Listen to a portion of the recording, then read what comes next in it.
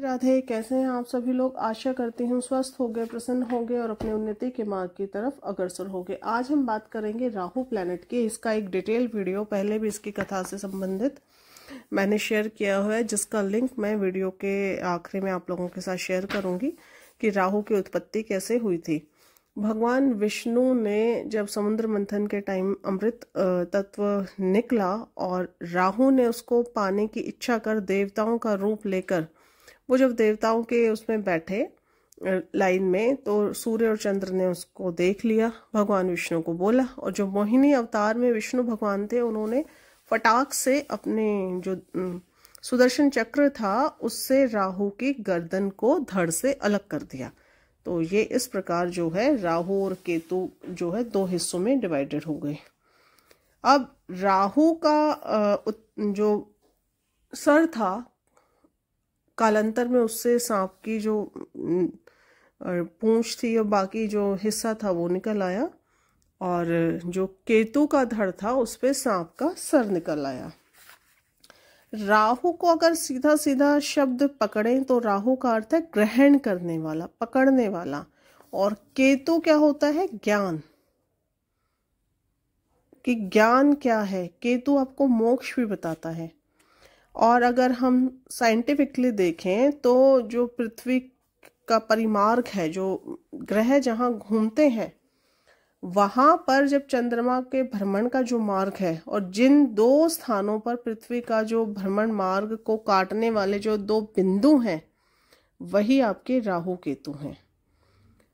चंद्रमा से इसका संबंध होने से जो है सूर्य चंद्र के ग्रहण के कारण ये आपकी जन्म पत्री में, आपकी पत्रिका में एक महत्वपूर्ण रोल निभाते हैं।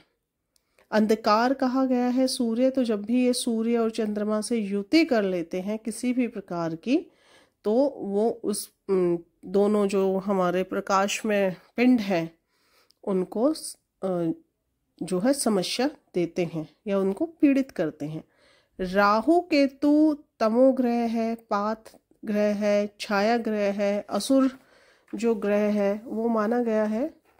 राहु की दशा आपके जीवन की दिशा निर्धारित करने में बहुत महत्वपूर्ण भूमिका निभाती है।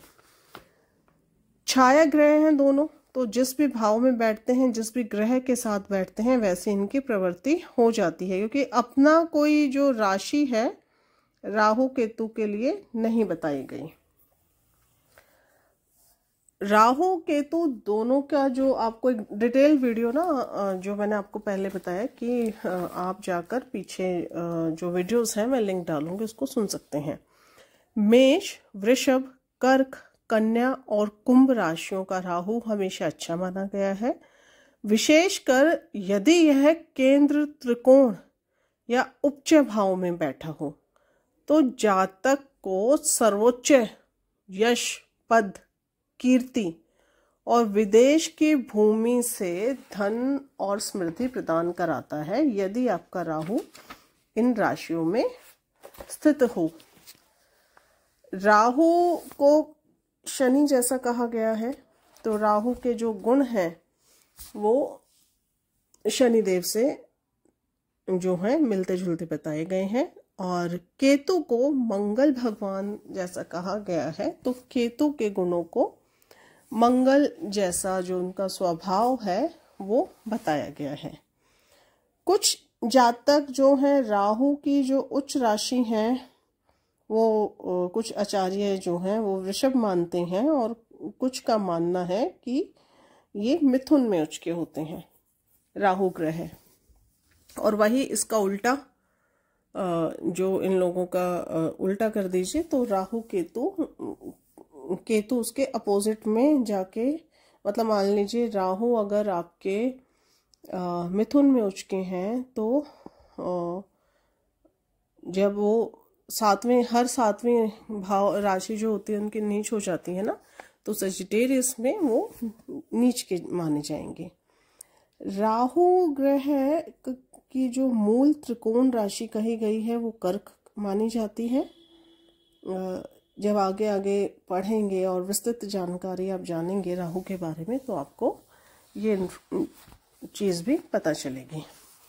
राहु को जो है शेषनाग भगवान जो पृथ्वी का आधार है उस ग्रह से जोड़ा जाता है, मतलब शेषनाग के स्वरूप से जो है राहु को जोड़ा जाता है। अब पराशर जी के मत अनुसार है कि जिस पर पृथ्वी टिकी हुई है, जो गुरुत्वाकर्षण ऊर्जा है, वो शेषनाग के जो पौराणिक मतों के अनुसार कहा गया है कि जो पृथ्वी है वो हमारी शेषनाग के जो है सर पे शीश पर विराजमान है, तो वो राहु को प्रतिनिधित्व करते हैं।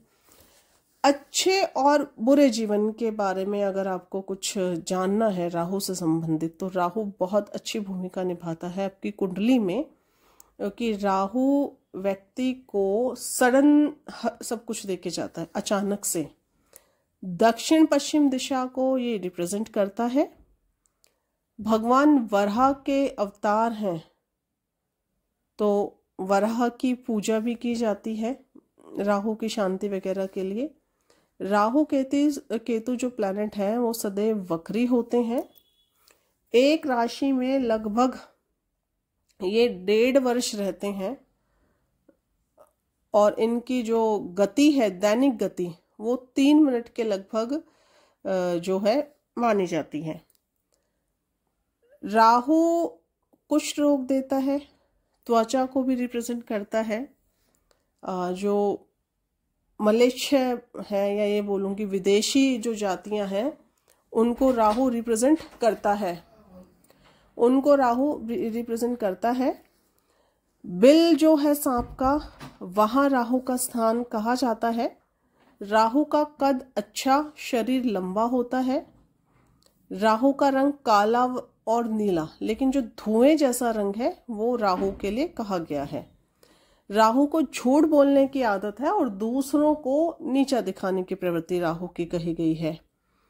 पौधों में राहु झाड़ी है, रत्नों में गोमेद है। शरीर में जो वायु विकार उत्पन्न होते हैं वो राहु है। भौतिक लाभ राहु कराता है। जो गुण है वो तमस गुण है, और भूत प्रेत का जो असर है वो राहु से हम लोगों में आता है। वृषभ राशि और मिथुन, ये राहु की जो है राशियां बताई गई हैं। कुंभ, जैसे पहले भी मैंने आपको बताया था कि इन राशियों में जो है राहु अच्छे माने गए हैं। अब बात करते हैं कि इनके मित्र कौन हैं। राहु के मित्र जो हैं बुध, शुक्र और शनि कहे गए हैं। राहु को लेकर ना हमेशा सस्पिशियस सा बना रहता है उनकी दृष्टियों को लेके, कि राहु की दृष्टि कौन सी है, कि छाया ग्रह है, किस जैसी दृष्टि राहु को कहें। तो कुछ लोग जो आचार्य हैं वो 5, 7, 9वीं दृष्टि भी राहु को देते हैं, कुछ 5वीं और 7वीं भी देते हैं, कुछ लोग 12वीं दृष्टि भी देते हैं। लेकिन राहु देखिए जिस राशि में बैठता है उस राशि के जो गुण धर्म है उनको अपना लेता है।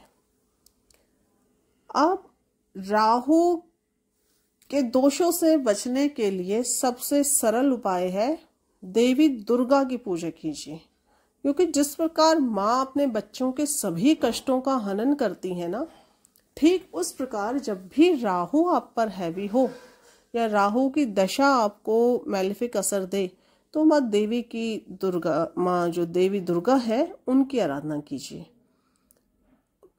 शिव की भी पूजा की सलाह दी जाती है और भैरव का भी। व्रत अगर आपको करना है तो आप शनिवार का व्रत कीजिए। राहु देखिए सामान्यतः राहु एक मैलेफिक ग्रह ही माना गया है, इसका ज़्यादा पॉजिटिव रिजल्ट नहीं देखा जाता। सिर्फ इसको जो है तीसरे, छठे और 11वें घर में जब राहु है तो उसको कहा जाता है ये अच्छा राहु है, बेनिफिशियल राहु है। राहु जो है विदेश यात्रा का जो परमानेंट जो सूचक होता है, या कहेंगे कारक है राहु, फॉरेन सेटलमेंट का, फॉरेन जाने का। आप अगर पत्रिका उठाएंगे और देखेंगे कि अधिकतर जो जर्नी होती हैं वो आपकी राहु की दिशा में ही होती हैं। धनु वृश्चिक में केतु उच्च के माने गए हैं और राहु जो है वो यहाँ पर नीच के हो जाते हैं। मिथुन वृषभ में जो आपके राहु उच्च के हैं और यहाँ केतु नीच के हो जाते हैं। 18 साल का जो समय है वो राहु की दशा को दिया गया है और 7 साल का केतु की दशा को दिया जाता है। अब कुछ सामान्य उपाय राहु और केतु की शांति के लिए। सबसे पहले तो देखिए, साफ सफाई हर ग्रह को बहुत पसंद है, तो साफ सफाई रखिए, नहाइए धोइए। रोज सुबह जब भी आप नहाएं तो अपने बेली बटन पर कोई भी खुशबू वाला जो ऑयल हो वो लगाइए। इससे भी राहु केतु के जो दोष सीमित होते हैं। सर ढककर कभी भी नाश्ता ना करें, इससे भी आपके राहु केतु के जो दोष हैं वो शांत होते हैं। खाना खाते समय शांत रहें, एग्रेशन ना रखें। भगवान विष्णु का या अपने इष्ट का हमेशा ध्यान करें जब भी आप खाना खाने बैठें। सूर्य उदय और सूर्य अस्त, तो इस समय पर कोशिश करके कुछ भी ना खाएं। मतलब 24 मिनट के ऊपर नीचे अगर हम ध्यान रखें, 20 मतलब आधा घंटा मान लीजिए, सूर्योदय से आधा घंटा पहले कुछ ना खाएं और सूर्य अस्त के आधा घंटा बाद कुछ ना खाएं। अगर जो राहु केतु देखिए राक्षस प्रवृत्ति माने गए हैं, तो इनकी प्रवृत्तियां जो राक्षस जैसी होती हैं, तो आपके अंदर अगर एग्रेशन है, गुस्सा है, झूठ बोलते हैं, इन सभी का त्याग कीजिए। शिव, दुर्गा और भगवान विष्णु का आप ध्यान करते रहिए। पैर फैला के खाना ना खाएं। खाना खाने के बाद अपने पेट पर हाथ ना फेरें। थाली में जो झूठा खाना है उसको ना छोड़ें। अपने खाने की थाली में कुल्ला न करें। घर में सुबह या शाम के टाइम, स्पेशली शाम के टाइम, घर में कलह ना करें। सोएं ना। दूसरों की तरक्की को देखकर पसंद न होना। दूसरे अगर आगे बढ़े तो उनको देखकर खुश हुआ कीजिए। घर के जो नौकर और स्टाफ हैं उनके साथ अच्छा व्यवहार कीजिए। अपने मन, वचन और कर्म से हिंसक ना बने। ये तो बिल्कुल जर्नल उपाय है कि जो राक्षसी प्रवृत्ति हैं वो आपको त्यागनी पड़ेंगी। आप राहु केतु के साथ जो ग्रह हैं उनके कॉम्बिनेशन में हो या जो उनके कुप्रभाव में आ गए हैं तो उनके भी मंत्रों का जाप कर सकते हैं, या रोजाना रुद्र सूक्त का जो है वो भी आप जाप कर सकते हैं।